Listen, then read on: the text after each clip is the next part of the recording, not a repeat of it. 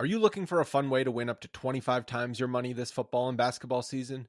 Test your skills on Prize Picks, the most exciting way to play daily fantasy sports. Just select 2 or more players, pick more or less on their projections for a wide variety of stats, and place your entry. It's as easy as that. If you have the skills, you can turn $10 into $250 with just a few taps. Easy gameplay, quick withdrawals, and injury insurance on your picks are what makes Prize Picks the #1 daily fantasy sports app. Ready to test your skills? Join the Prize Picks community of more than 7 million players who have already signed up. Right now, Prize Picks will match your first deposit up to $100. Just visit prizepicks.com/bluewire and use code BLUEWIRE. That's code BLUEWIRE at prizepicks.com/bluewire for a first deposit match of up to $100. Prize Picks, daily fantasy sports made easy. Support for this podcast comes from Frito-Lay and the 2023 Snack Bracket Championship. The Frito-Lay Snack-It Challenge is underway, and fans are voting on their favorite snacks to crown champion. We're talking about prime-time matchups between the best 64 snacks in the land. Will Ruffles Ridges reign supreme? Can Doritos defend their dynasty? Or will Smart Food use their smarts for a surprise upset? Only you can decide. Get in on all the action for a chance to win up to $1,000 or a year's worth of snacks. Let your snacks be heard. Just go to fritolaysnacket.sbnation.com to vote and enter for a chance to win. No purchase necessary. Sweepstakes ends April 3rd, 2023. Void where prohibited. Year's worth of snacks awarded in the form of 52 coupons, each good for 1 bag of chips. See official rules at fritolaysnacket.sbnation.com. Welcome to another episode of Mavs Moneyballs Group Therapy. We're coming to you at about 10:30 on March 8th. It's a Wednesday. Just recorded about a 20-minute show with Josh Bowe. Dallas Mavericks fell to the New Orleans Pelicans 113-106. The Dallas Mavericks also lost Luka Doncic to a thigh injury, which actually seems to be he went from being hurt to being injured with something that they were already managing. He'll be getting an MRI tomorrow. He said it feels not good when asked about it. Not great is how I feel about all this. I'll also tell you I got 21% phone charge, which means I don't have a ton of time before my phone dies. So Luka Doncic is getting an MRI. Big shot Saba down there. Mr. Saba in the chat asking a question. It is a thigh MRI. So thigh, hamstring, like it's the front of his leg, not the back of his leg, but all these muscles are connected. Not good. Not good. Ugh. So let's talk about it, lament, and then take 2 days off. We all need the 2 days off. Coming up first, my guy Grayson. What's up, Grayson? How are you? Thanks for joining. Hey, Kirk, been a minute. So let's just go right into it. Jason Kidd, man. Great coach. We should keep him forever. I'm not they're not going to fire him. No. They're not going to. I'm not going to come up here and say they should. I'm curious if you think it's a possibility in the offseason, though. No. The only time he leaves is if Luka Doncic is sick of his shit. Because I think clearly there is coaching issues with this team. I don't think that's just Kidd. I think the entire staff collectively is doing a much worse job this year than they did last year. I mean, I know, like it doesn't matter who, but I heard early on in this from somebody who knows stuff, another media member, that a higher assistant coach basically needed to have explained plus minus and lineups and stuff like that and how that stuff worked. So it's just, you have 9 assistants and then Jason Kidd, so 10 people. That's Tim Cato. That's on the records. How many people? A lot of NBA teams have assistant coaches, but when you do that sort of thing, it's just it makes me wonder who's responsible for what. How much stuff do you need covered? Yeah, I mean, when you're bringing Marcus Morris off the bench as your 6th man, yeah, that's when I knew. I was like, it's going to be one of those games. Okay. Mm-hmm. I also think that you can't fire Kidd until you re-sign Kyrie. because I think that was a huge selling point. Oh, sure. And he's talked so much about it in his press conferences about like how excited he is to be here and work with Kidd. And I know I don't know for sure, but he seems to be more popular amongst the players, at least compared to Rick, although the bar is extremely low. Sure. I just am like, hey, you guys should bring in Ime Udoka, but that's not going to happen. And we're just going to keep being frustrated about rotations until they figure it out for the playoffs, ? Right. Got to get there first. Yeah, right. With Luka looking like he's going to miss some time, I'm curious to see how far into the play-in we fall. Although they did play pretty well without him when Kyrie came in. They do play well without him, but it just becomes a depth issue. And Josh Bowe talked about this on the show he and I just recorded, and he's like, Jason Kidd it frustrates him that he doesn't have defensive players, which is why a guy like Morris goes in, which is why Theo Pinson and Frank play, despite neither of them really being functional basketball players. It's because the concept of them revolves around defense. But how did the Mavericks get back into the game? It's offense. They don't have defensive players who are good at anything other than, the theory of defense. They're not even actually good in practice. Yeah, no, they have one good defensive player healthy right now. They are so limited in so many ways, even when they're fully healthy. So to be, Timmy's banged up and Reggie didn't play tonight. Maxi's banged up. Like, for some reason, Kidd won't give Wood more than like 10 minutes, even though I think he's healthy. It's ugly. We're in the dog days of the season now. I will say, I need to say this before I forget. If you want to feel better about the Mavericks loss, go look up at The Volume Sports. Draymond Green cooks Dillon Brooks for 2.5 minutes in one of the meanest, funniest, most dead-on roasts I've ever heard one professional athlete do to another. I mean, Dillon Brooks should retire after getting owned like this. That made me feel better about everything related to this game, because it's like, at least I'm not Dillon Brooks. The quote that stood out to me there was when he said, "The dynasty doesn't start with you, you leave. It starts after you."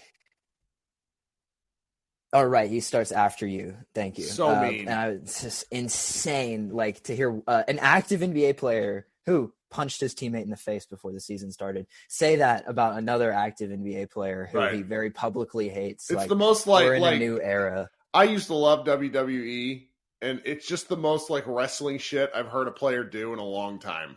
So yeah, Draymond's out there giving Roman Reigns promos at this point. Like, it's crazy. Draymond thinks he's the head of the table, I guess. Well, I'll let someone else come up and talk. I had to get my thoughts on Jason Kidd out of the way, even though everything will stay the same, nothing will change, and he just needs to stop doing that. Like what would go a long way is him stopping doing this stuff. That's all. It's the little mistakes that you don't need to like wander into the field of rakes about.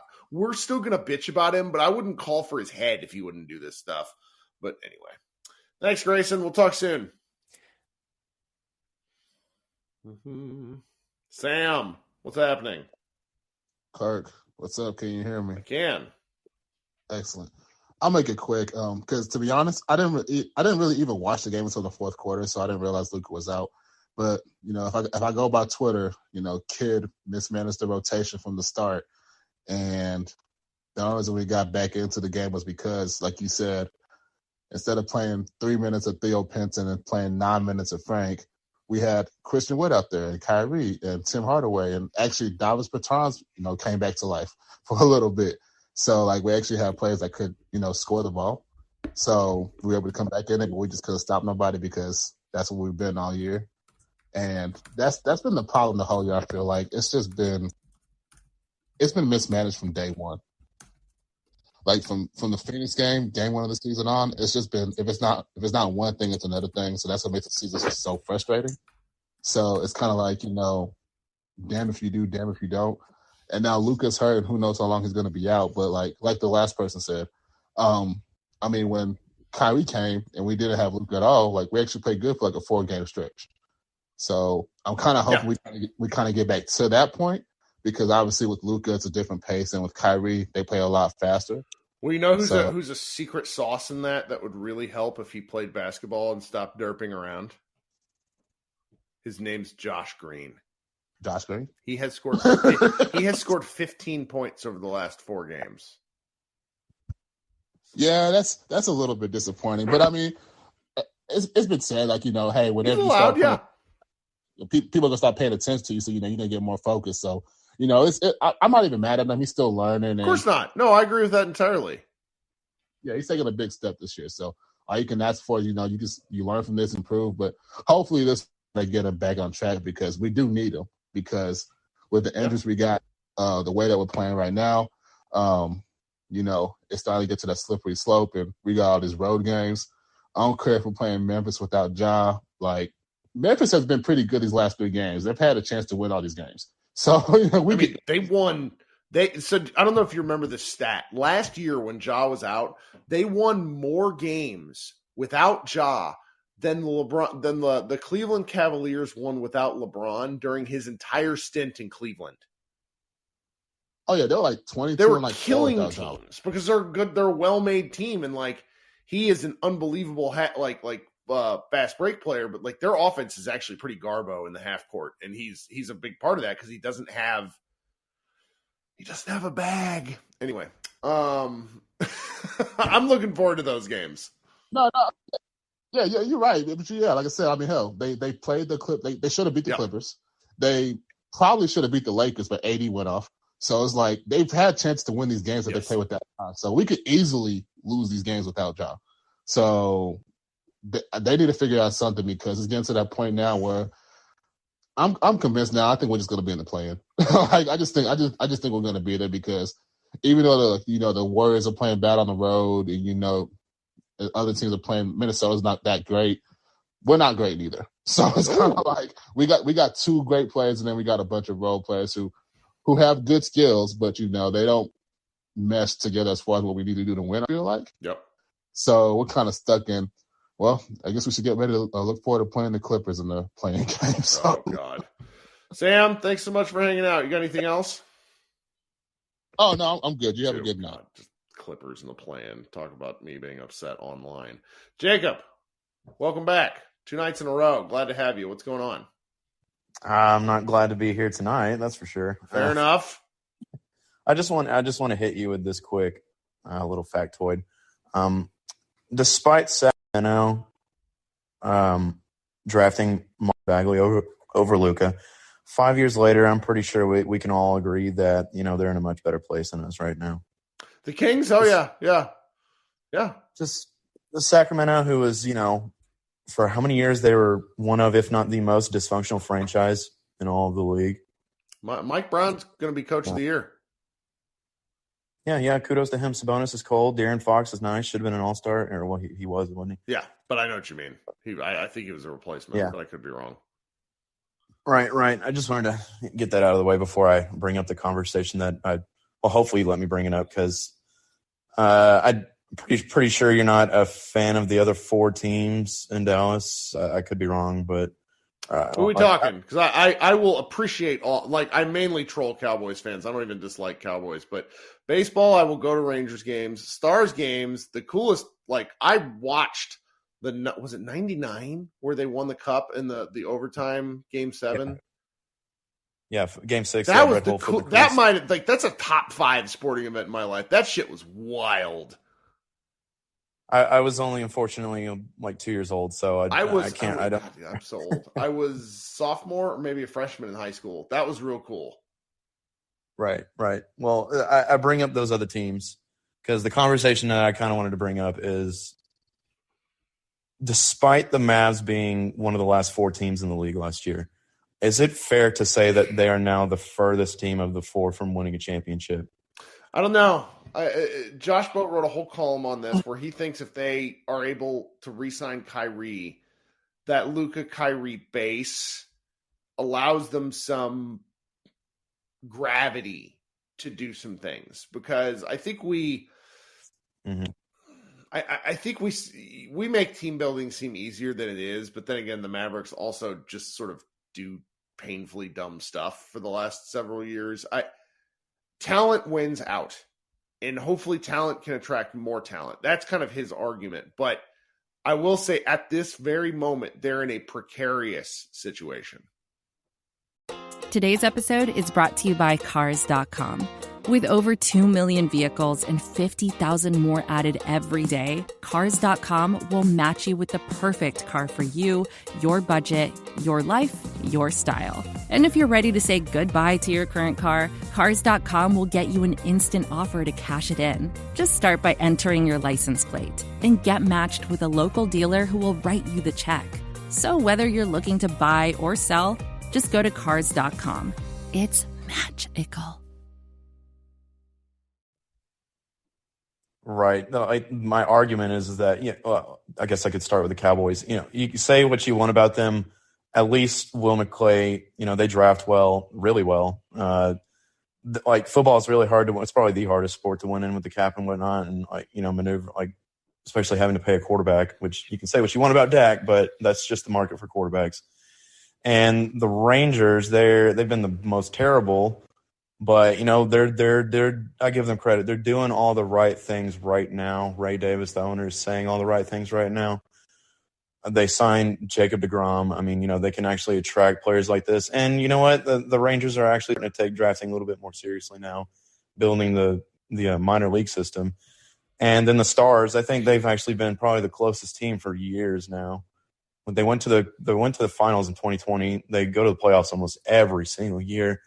Great at drafting. They keep their good players. They make very calculated free agent signings and all this stuff. And it's like with the map. I asked Bob Stern this same question a couple of years ago, and I understand his argument. It's saying the map is the hardest part out of the way. They keep fucking up other stuff.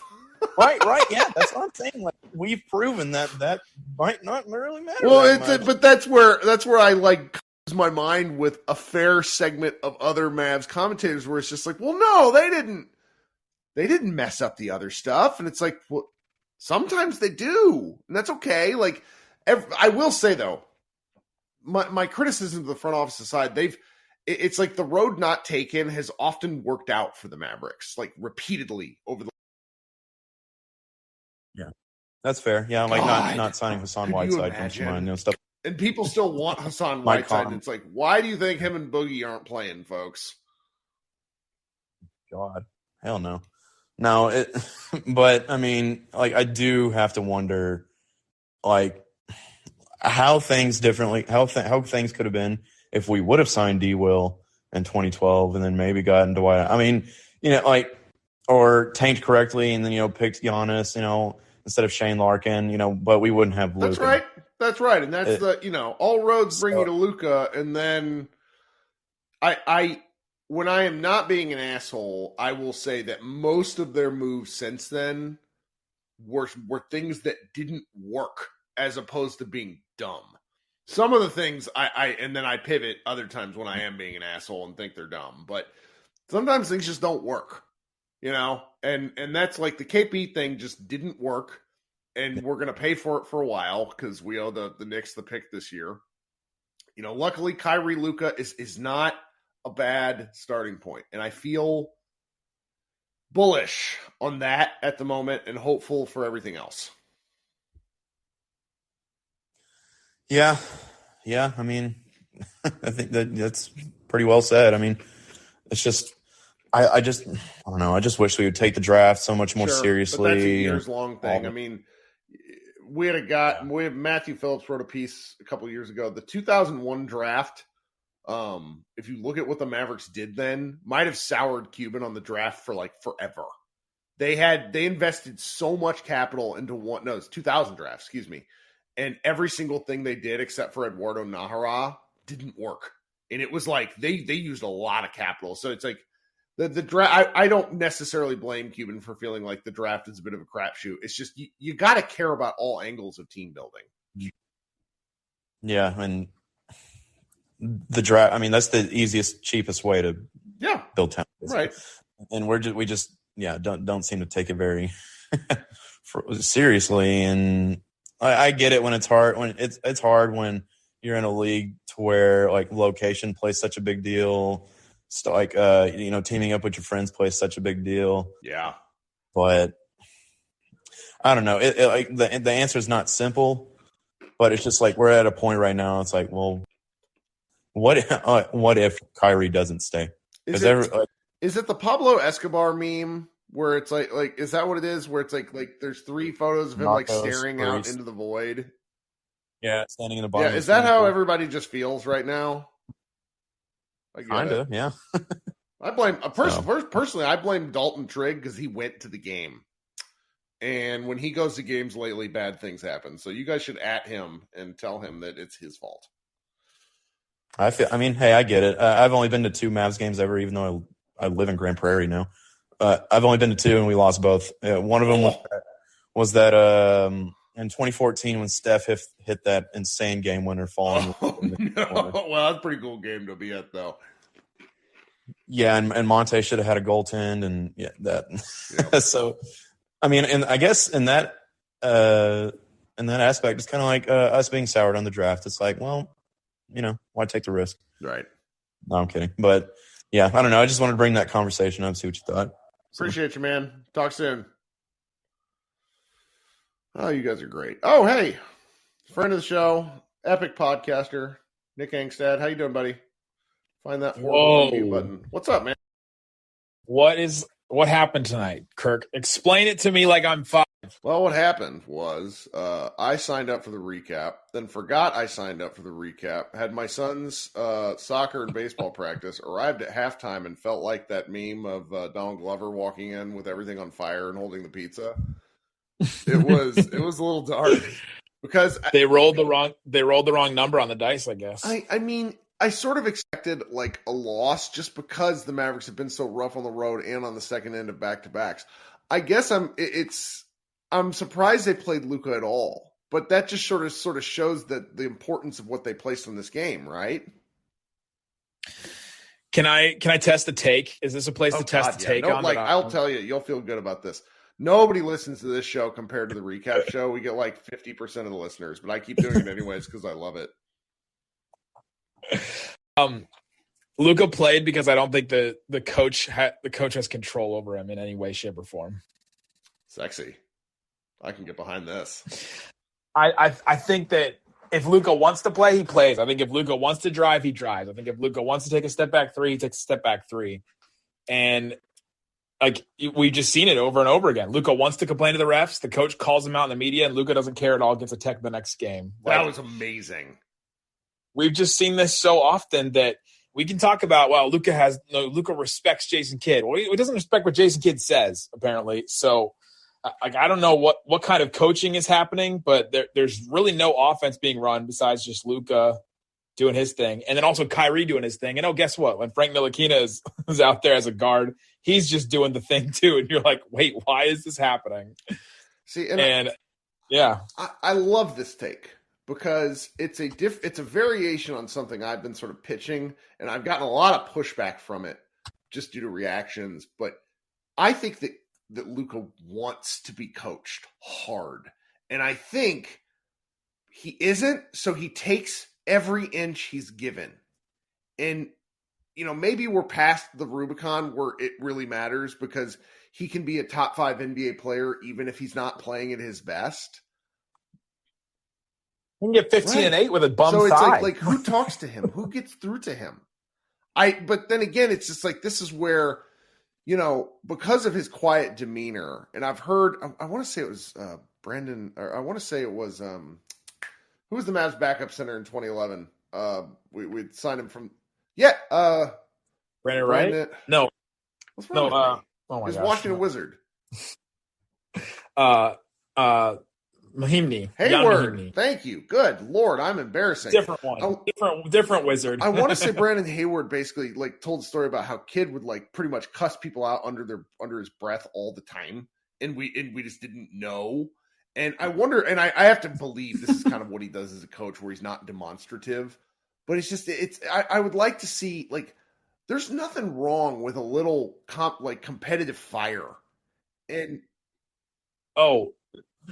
this version of Kidd, even since they hired him, this version of Kidd is not he doesn't necessarily care about how he comes off as a coach. He wants to make sure that he is not viewed as like the angry guy that, has the domestic violence thing against him. Like he's really trying to cover up, or he's really trying to like change his perception across the league. Remember the guy that was screaming at his players on Christmas Day? Yeah. It's like run more in that book that Miriam Fader wrote about Giannis. Yeah. No, I've talked about that a lot, and that's where it's a little difficult because I think that the environment Cuban would like to have is that it's a small family business where everybody works there for 50 years and retires.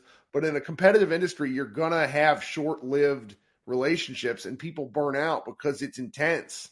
And I sort of think that like there's an element to where maybe nobody coached Luka for more than 3 years at a time because there's too much friction. But if he's growing and if the team's growing, that's fine. I don't know. Well, and winning covers everything. I mean, last year we thought I was like, God dang, is Kidd a good coach? Like I trashed him for like months when the hiring happened, and then all of a sudden I'm like, this is a well-coached team. This team knows what it is. This team can win close games. Like it was just the weirdest thing. But like this team under Kidd, like he looked like a good coach last year because they embraced their identity. They had some defensive players. They were able to get to like a top 10 defense.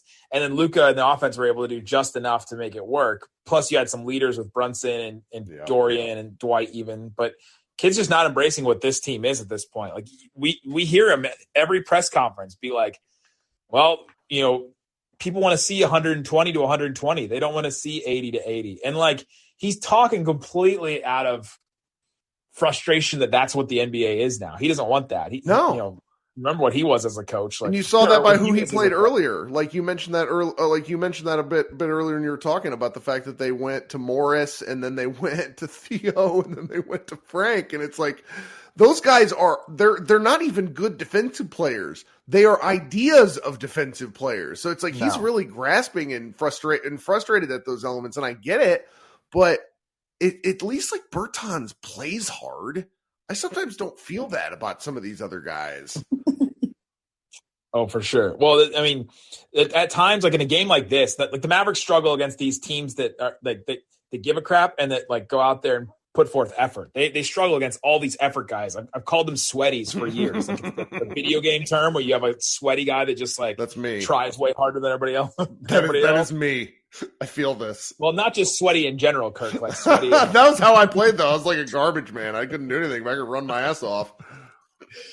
But like they struggle against these guys because what do some of these Mavericks like have to play for? Like who's trying to like earn minutes right now? I mean, maybe Christian Wood probably, but I think that ship is sold. Josh Green was, and then he was playing a bunch, and then he wasn't, and now he's back again. Jaden Hardy should be, I guess, but like there's nobody that has like things to prove right now on this team. It seems like. Because they're not a young team, Kirk. Callie Kaplan wrote after the game like that the lack of urgency is starting to catch up with them. And I can't, for as much as a negative Nancy as I can be, I desperately do not want to talk about this team if they go under 500. I will dread that conversation because, you and I've chatted about this occasionally behind closed doors. Like, it's actively bad for us when the Mavericks stink. People just don't listen. Oh, the difference between wins and losses on Locked On Mavs is actually incredible. It's like, everybody, like, there's a huge section of the fans that are like, on to the next one, which kudos to them. I can't help but wallow. Well, the last guy that was on here, he's like talking about the boys drafting and the Rangers. Like, imagine if you had other things to think about in sports besides just one team. I told Josh on the show he and I just recorded that the thing that's going to happen is like, something bad will happen to the Mavericks, like Kyrie will sign elsewhere. I'll get fired for saying something stupid, and then I'll just go play Starfield on Xbox right as the next Mavericks season starts. and we never heard from Kirk again. Just right off into the distance. Well, if you don't follow Nick, you're a moron. Locked On Mavs, they put out great content every day. Like not kidding, guys. Like 5.5 days a week of Mavs stuff, and so you should to them, and you should really ask Isaac for his takes on chili and cinnamon rolls. Cinnamon roll, one of the weirdest combos that like a bunch of people are totally. I've never heard of it, and you're right. Me either. Yeah. But then a bunch of people were like, "How could you not have heard of that?" And I was like, "You have? Like, this is a thing you do?" Just the two Americas. There's like 360. Well, man, thanks for hopping on. I really appreciate it. They didn't tell you that it was like a sectioned melting pot. That's right. All right, man. Anyway. You have a good night. All right. Appreciate you. I got like 9% battery. My phone is actually surviving here. We got 4 people left. We're going to make it happen. Brian, what's up? Brother, the season is over. The season is over. The season is over. I said this. I said the first Pelicans game when they lost to that sweaty-ass Jose Alvarado-led team. That sucked. Come closer to the mic, too. Because they gave – Yo, am I Yeah, good now? yeah. Sorry. Yeah, I said when they lost to that sweaty-ass Jose Alvarado-led team, Jason Kidd needed to be fired from then. Wow. And that was in like November, I want to say. And the Pelicans have effectively ended the season for me. This loss was bullshit. Like it did not need to happen. Zero sense of urgency. Terrible rotation decisions. Just terrible. I called this game over when I saw Frank Ntilikina take a 14-foot pull-up in the second quarter. Frankie smokes. It's painful. No need for him to be in the game. No need. Jaden Hardy just sitting on the bench just rotting away. And what'd he do as soon as he came in? It gave you a spark offensively, which is where you needed it. Because you have 2 players in the rotation that can dribble and was out there on one leg for the last 3 games, which is another thing that baffles me. But nobody in this organization can wrangle Luka because, frankly, he doesn't respect any of them. And if what Nick said is true about Jason Kidd not yelling at refs and going to bat demonstratively for his star. No, I said that. Nick didn't say that. I said that. You said that? Oh, I'm sorry. Yeah, okay, we can't put words in Nick's mouth. Please, thank you for the correction. If that's true, and he's doing that just to combat like an aggressive perception of him because of like his previous history with domestic violence, he needs to be fired yesterday. Because I complained about that the day he got fired. I mean, guys, this organization let a dude jack off in the office to porn.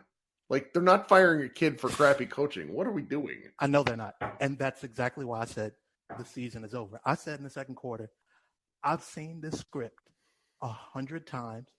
I know how this movie plays out. I can't be invested in this anymore. I'm done, man. I'm going to check in on him every couple games. But yeah, no, sit Luka for 2 weeks. If we can't like make the play in without him, giving him time to get healthy, then we don't deserve to be there. Pray for Riyadh. Put Kyrie on a minutes limit because he's been playing a lot of minutes too. He has been playing a lot of minutes. I'm not like worried because I think he's playing for a contract, but I also don't. It's like nobody wants him hurt. Man, for a small guard that had an injury rap sheet as long as like a 10-year vet when he was 24, right. He has played a lot of minutes for us. So they've got to watch that and be careful with that. Man, wait till the offseason, spend the block on the Nets and see if they'll give you a reasonable price for Nick Claxton or go draft, like trade for into the back end of the first round to see if you can draft Derek Lively or something in the first round.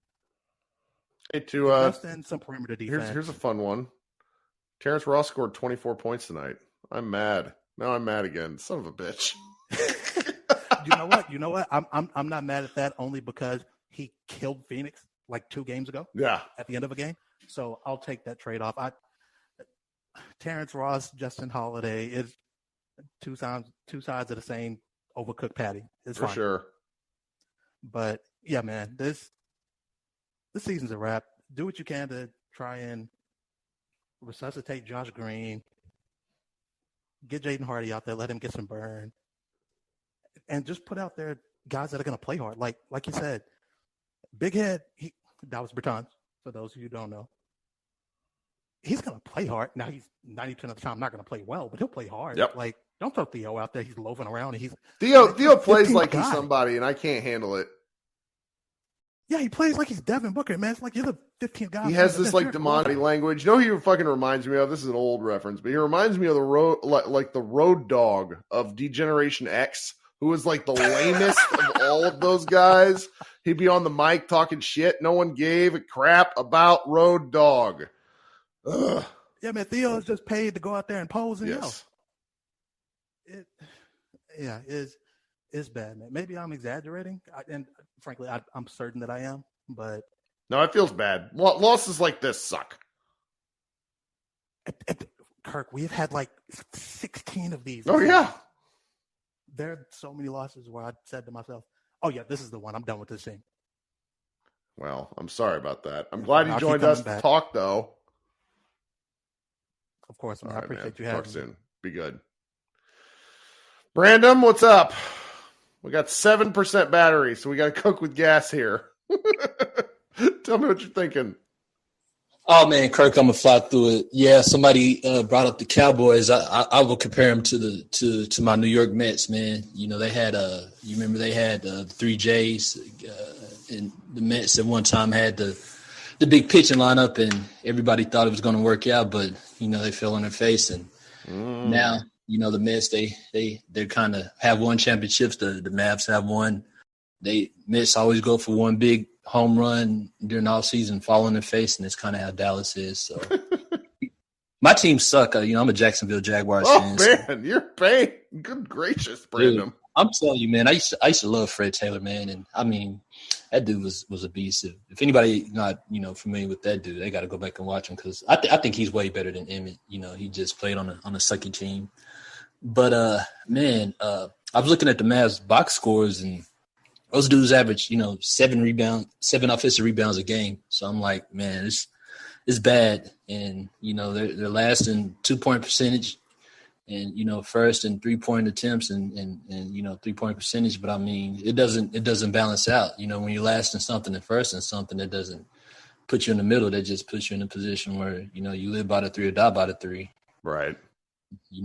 Kind of like the last caller said, or previous caller said that they need somebody that's going to be able to slash, not just sit there and shoot. Because I mean they're just so predictable. I kind of wonder if other coaches in the locker room are just like, man, just let them dudes shoot. Because they're going to live by the 3 or die by the 3. They're going to beat us or not beat us. And it's just, it is what it is. I think you brought up at one time, you said that Draymond called him out for having 2 plays.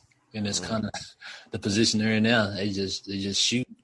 And, it's kind of to the point where, I'm with everybody else. I'm just kind of to the point where, I root for the jersey. And hopefully they pull out a win. But, expectations are always, not high but not low. It's just watch them and hope for the best.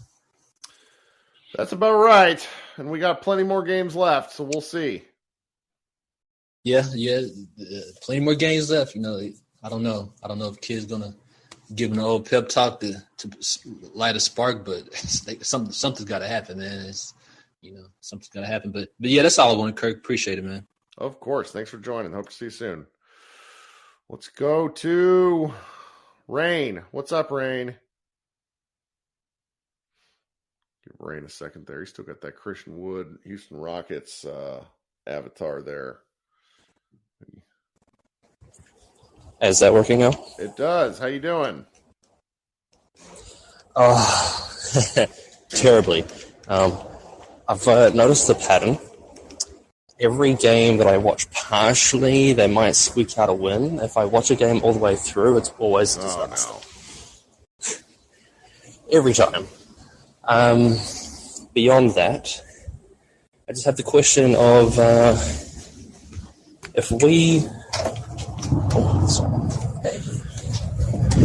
if Kyrie doesn't re-sign for any reason, but he somehow forces out Kid, is that a net positive?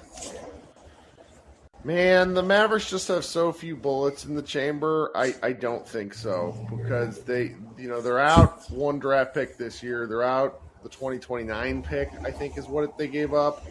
It's just they have so few things to we know by now that free agency is not helpful for the Mavericks. It would be just like the compounding of so many mistakes. I could see why you'd ask that, though, because that's just sort of where we are with it. Well, that goes that theory. The other idea I had is it worth just... Oh, sorry. If Kyrie is in a contract year as he is, and all he sees is how this team has basically nothing going for it at the moment outside of Luka, and Luka's injured, how much incentive does he really have to re-sign when there are other options and he could force his way out? The math is pretty big. He has so thoroughly shot his feet off out of wow, that was loud.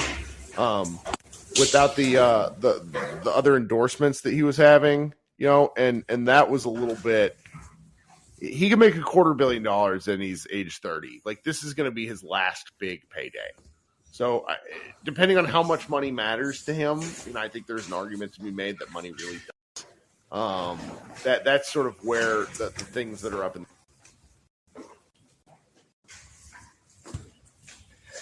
Well, we seem to know that. Sorry, can you hear me now? Yeah. I just had a really bad echo for a second. Well, he seems to want the contract, and he wants the money, but the way I see it, there's a high likelihood he might just force the sign and trade. Yeah, but with sign and trades, you got to come within a certain salary value, and if you're doing a sign and trade, like coming up with $40 to $50 million per, and it's on a yearly basis, so it's like coming up with that number of in the offseason, it's easier. The percentages don't have to be as close, but it's really difficult to get to that number. That's why I think a sign and trade is hard. I mean, I know they're definitely hard, and you have to play with hard cap rules, et cetera, et cetera. I'm no CBA expert, so I'm not going to pretend to know how all that works. But yeah, I'm just seeing not a lot of upside right now. I'm just saying, fuck it. Give Green and Hardy all the minutes. Let them develop. Nothing's going to happen this year. We're not going to the finals. Probably not even going to make it to the second round. I mean, who knows? Luke and Kyrie might make it all the way to the finals, but odds are probably not going to make it out of the second round. Give the young guys who need time to develop time to develop. Let them increase any trade value, because Lord knows we need the assets. And see what we have next year. Retool. And keep watching like the sick fucks we are. Yeah. Well, thanks, man. Appreciate it. All right, you guys are. All right, talk soon. Let's go to my guy. We're going to let Micah talk, and then Jose's going to close out. Micah, what's up, man? One more time on the mute. You got it for a second. Hey, what's going on, Kirk? Can you hear me? Can. Yeah, man, it's tough. I like the article that Josh wrote, because that's my opinion. That you have a base, but you have a foundation, but until you're fixing those ancillary pieces, it's the one thing that worries me about Jason Kidd. When you go back to his Milwaukee post games talking about, we got it's the same thing. We got a slew of bigs, and it's not. I wonder if he's realized that the game has reverted back, because the top three teams in every conference, in both conferences, are playing double bigs. Yeah, and I don't know if he's realized, because well, that's why they signed. That's why they signed McGee. It's just signing McGee doesn't solve that problem. No, it doesn't. And I don't like what championships has he been watching? That's my question. Like, I can't I've been watching the NBA since '91. Right. I mean, right, and I also am partially into the history of it. And sure. I can't name you one team out of 76 that's won with a weak front court. I can't think of one. And that's the thing. I think we have some decent backup front court players, but that's what they are. They're backups. Like, can we honestly name one person at the power four or the five that you feel comfortable playing over 30 minutes? I don't see one. I just don't. Yeah. So, and I really don't feel like the bullpen. bullpen method just works in playoff. Yeah. Shortened rotations. I don't see it. Well, you got to get there. And this notion, I've been thinking about what Sonic the Mixer the other night said about it's like kid just treats the whole regular season like an experiment. And I think I sort of think I've really come around on the notion, but it's just like the Mavericks aren't good enough to do that. Like you need to be winning at like a 60% clip to do that. No. And the Mavericks aren't. 500 basketball. No, you have to be able to win around the margins. That's right. And that's not just for the Mavericks team. That's for any team that's ever won. Like how many game ending series are we looking at throughout the history that you're just thinking, wow, if there's just one more stop, this game would be different. Sure. One more offensive or defensive rebound, this game would have ended differently. That's right. And it's just, I don't know. That's my knowledge of the NBA. I've just never seen a weak front court like I've been having arguments with people about because they're just going back and forth about the duo not working. The duo is fine. Yeah, they're fine. Right? I don't understand people talking about that. Like they have 130 offensive rating when they share the floor together. Yeah, it's the insular pieces, and they brought up the same. They talk about Kyrie being small, and I'm like, I keep on bringing up. Do I need to remind you that Joe Dumars and Isaiah Thomas were under 6'3", and they were backcourt of a team that beat 3 dynasties on the way to a championship? So, but at the same time, but. You look at their front court, and regardless of what people like Agent Zero, knowledge of basketball, have to say, those tough guys at that center position, the Bill Lambiers that do the dirty work and make people think differently about coming through the paint. Yeah, that's what you need to win championship games. Like Toronto. Look at how long they beat their head against the wall, and even though they went and got Kawhi Leonard, Marc Gasol was a big difference maker in that championship run because you need that. Yeah. So that's my take. I don't know. In the 40 years of Dallas Mavericks history, we've only decided that was important one season. So I feel that, man. I feel that. All right, man. All right, we'll talk soon. All right, talk soon, Kirk. All right, Jose's going to close this out. Jose, what's up?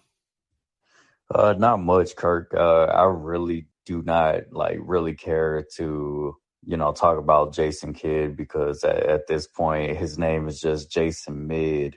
And he got the Mavericks playing. Well, the Mavericks are pretty much the Dallas Mavericks at this point, or sure. The Dallas Trash Bins. It is crazy to say that because we finally have a second star, and yet, the parts that still needed to be worked on for the longest are just stabbing you in the gut right now. And there's nothing they could do about it right now with 60 something games already played, with only 14 games left to be played before playoff time. It's like, I'm just ready for the season to end. I really do not care about playoff success right now with this current team because I think whether we win a playing game, whether we win the first round in the playoffs, we're going to meet the end of the road sooner or later, and I think it'll be better once we do meet the end of the road and we could start figuring out where this organization is going to go. Where's Nico going to go? Where's is Jason Mid going to stick around for another year or so? Right. But I do see why you don't personally want to go at Jason Kidd a lot because you do make a good point that none of this really changes. I think he's bought himself a couple of years with the Western Conference Finals appearance, but also this roster is not built the way he wants it built. And, with adding Christian Wood, I think there is some clashing of the heads between Nico and Jason Kidd's vision as to what this team is ultimately going to be a championship contender. But I really wanted to highlight just the fourth quarter being one of the funny. It was absolutely fun. Like, that was the best thing. Like, if you even want to just rewatch this game, just skip to the fourth quarter, because that was the best quarter. And I think part of the reason was because Jaden Hardy was in the game. I mean, he was effective. He was running. He wasn't completely a disaster on defense, and that's what you like to see, especially if that's what Kidd is still wanting. I don't know how he wants defense when he got Markieff Morris, who's out of shape, who's said he's out of shape. I don't see how you expect defense from Pinson, who hasn't developed his game, and we don't know his position on the court. But podcaster. Dallas Mavericks podcaster. Social media influencer. That's right. But Jaden Hardy had one of the most impressive dunks in a while. Very good dunk. Yeah, just right on top of Jackson Hayes, and that was just really fun. But did you get a chance to see Callie Kaplan's tweet about like how Jaden Hardy said that he talks to Josh Green about his experience on the court? What does he need to do when he does touch the court? And then he said, when he's feeling down, the vets are usually the ones picking him up. And, that for me, that's kind of hard to hear just because Jaden Hardy is a rookie. But there's some things that some of these players don't have what Jaden Hardy has. And I think he should be getting some more run time. I know the numbers say that, having a rookie player playing X amount of minutes has no impact on winning games, but really where we're at right now, who the fuck cares? Kidd talked about only earlier in the year talked about wanting to put him in advantageous positions for him where he goes out, shows out, looks good, leave him wanting more kind of idea. And I think with things being so tight, they just haven't wanted to do anything that would put him in the position to be part of why they would lose. I understand that rationale at least. However, I with Luka down, I don't want to see those other guys. I don't. I would rather see the guy who can, the variance might be worse where he might play really bad. We've seen that from him, but it could be very fun. Yeah, exactly. And, part of being a fan is just being entertained by, that's right, by the game. And when you're watching, Justin Holiday, you're watching Frank Ntilikina, and you're watching three guys who cannot self-create with one generational passer and one center who just sets screens and rotates his feet. It's that's not entertaining basketball. As a basketball fan, I want to turn that shit off. I mean, the only obligation that I have of watching Mavs basketball sometimes is just to run my show. And, because I love this game so much and I love doing what I do when it comes to talking to y'all in the group chat. So when I see Jaden Hardy go out there, I am begging for more. I really do not care if Jaden Hardy goes out there and goes 2 of 12, loses his mind on defense, because I've seen Theo Pinson, who's been a quote unquote vet, just be absolutely lost and had to be tapped on the shoulder a couple times to move around on the court just because he was so lost as to what he needs to do. I'd rather have Jaden Hardy out there any given time. But Kirk, I know it's already your battery's suffering. We're 3%, man. We're doing it. We're getting out ahead. We're suffering as a fan base. It's a good time to go ahead and close up shop because this season will not last long. That's right, man. Well, we'll see. Thanks for hanging out, Jose. Talk soon. All right, friends of the program, which is all of you. We're going to go to bed. We're not going to watch Dallas basketball for a couple of days. I'm going to watch some television. Really enjoying my stories, as Grandma says. everybody be good. We'll talk soon, and go Mavs.